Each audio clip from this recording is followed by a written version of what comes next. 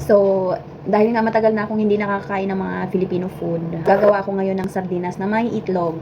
Ito na yung mga kakailanganin ko. Mega sardines,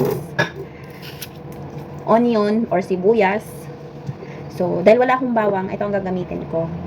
Ginger and garlic paste. Tapos, 2 itlog. And mantika. Of course, asin, black pepper powder, kawali, of course. Hahatiin ko lang yung sibuyas kasi kalahati lang kailangan ko.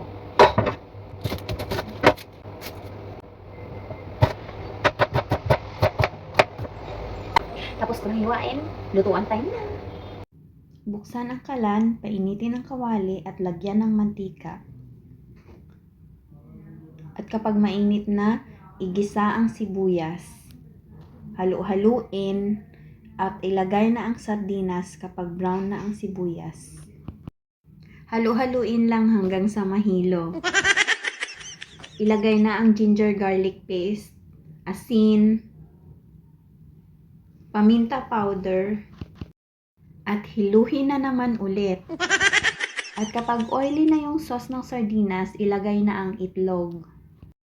Lagyan din ng chili flake para may sipa ng anghang. I-rest muna ng konti kasi napagod. Parang si X nagpahinga kasi pagod na. Ayaw, di ma!